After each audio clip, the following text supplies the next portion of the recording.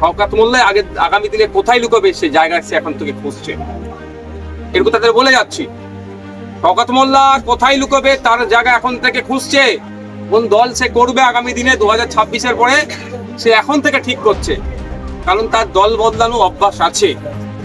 আর যারা শওকত মোল্লার কথা শুনে এই ধরনের হামলা করছেন তাদের উদ্দেশ্যে বলছি, শুধরে যান, না হলে আইনের মাধ্যমে এমন টাইট দেব কেউ আপনাকে কিন্তু তখন রক্ষা করতে পারবে না।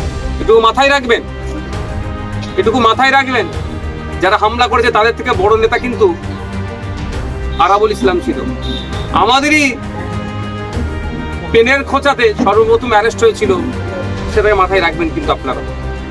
কাছে এখানে একটা আউটপোস্ট আছে, তারপরেও যে যারা মহিলাদের উপর আক্রমণ করলো, বৃদ্ধ কেউ ছাড়লো না, বৃদ্ধ মহিলাটি ভয়ঙ্কর অবস্থা, একজন হসপিটালাইজ ছিল। এদের বিরুদ্ধে প্রশাসন কিছু ব্যবস্থা গ্রহণ করে। তাহলে যারা অন্যায় করেছে, আমরা মারের বদলা তো মার দিতে বলতে পারি না, সেই রাজনীতি আমরা করি না। আমরা আইনের দ্বারস্থ হয়েছি, আমরা কোর্টে গিয়েছি, সব ডকুমেন্টস, মেডিকেল ইনজুরি রিপোর্ট সহ আমরা জমা করেছি। বারবার এই আক্রমণ আমরা মেনে নেব না। আমরা আশা করব কোর্টের মাধ্যমে যারা সমাজবিরোধী, যারা দুষ্কৃতী, তাদেরকে আমরা টাইট দেবো। আর তারা যদি মনে করে শওকত মোল্লার হাত মাথায় আছে, শুধু বলে রাখি, শওকত মোল্লা আগামী দিনে কোথায় লুকাবে সে জায়গা সে এখন থেকে খুঁজছে। এরকম তাদের বলে যাচ্ছি, শওকত মোল্লা কোথায় লুকাবে তার জায়গা এখন থেকে খুঁজছে। কোন দল সে করবে আগামী দিনে 2026-এর পরে সে এখন থেকে ঠিক করছে, কারণ তার দল বদলানো অভ্যাস আছে। 2011 সালের পালা বদলের পরে সেও তার গায়ের জার্সি বদলে দিয়েছিল। আর যারা শওকত মোল্লার কথা শুনে এই ধরনের হামলা করছেন তাদের উদ্দেশ্যে বলছি, শুধরে যান, না হলে আইনের মাধ্যমে এমন টাইট দেব কেউ আপনাকে কিন্তু তখন রক্ষা করতে পারবে না। এটুকু মাথায় রাখবেন, এটুকু মাথায় রাখবেন। যারা হামলা করেছে তাদের থেকে বড় নেতা কিন্তু আরাবুল ইসলাম ছিল। আমাদেরই পেনের খোঁচাতে সর্বপ্রথম অ্যারেস্ট হয়েছিল, সেটাই মাথায় রাখবেন কিন্তু আপনারা। ভাইজান, আইন কি শুধু বিরোধীদের জন্য? আইএসএফ পড়লে জেল কাটতে হচ্ছে, মার খেতে হচ্ছে, কোন থেকে? এটা আইনের শাসন চলছে না, শাসকের আইন চলছে বলে এটা হচ্ছে। এটার থেকে তো পরিত্রাণ পেতে চাইছি। আজকে এখানে সংখ্যালঘু পরিবারকে এসে মেরে ফাটিয়ে দিয়ে চলে যাচ্ছে, মহিলা পুরুষ নির্বিশেষে আক্রান্ত হচ্ছে। উত্তরপ্রদেশে এই ঘটনাটা ঘটলে, যদি উত্তরপ্রদেশে এটা বিজেপি করতো, আজকে পশ্চিমবাংলার বুদ্ধিজীবীরা অনেক কিছু বলতো সংখ্যালঘু মুসলমানদের উপর আক্রমণ হচ্ছে।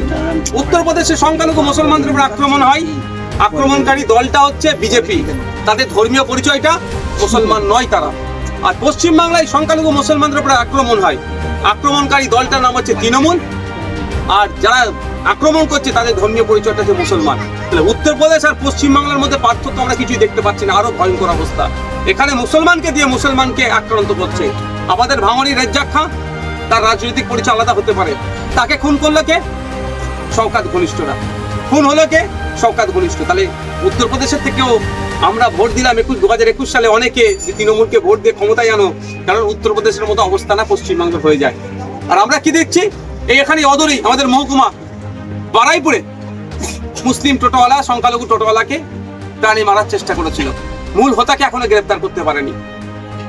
আর সাথে সাথে কোথায়, আপনার দুর্গাপুরে বৈধ কাগজপত্র থাকার পরেও গোরক্ষক বাহিনীরা, বিজেপির নেতারা, বিজেপির যুবনেতা একজন, সে প্রাণী মারার চেষ্টা করেছিল, সেখানেও মূল অপরাধীকে ধরতে পারেনি।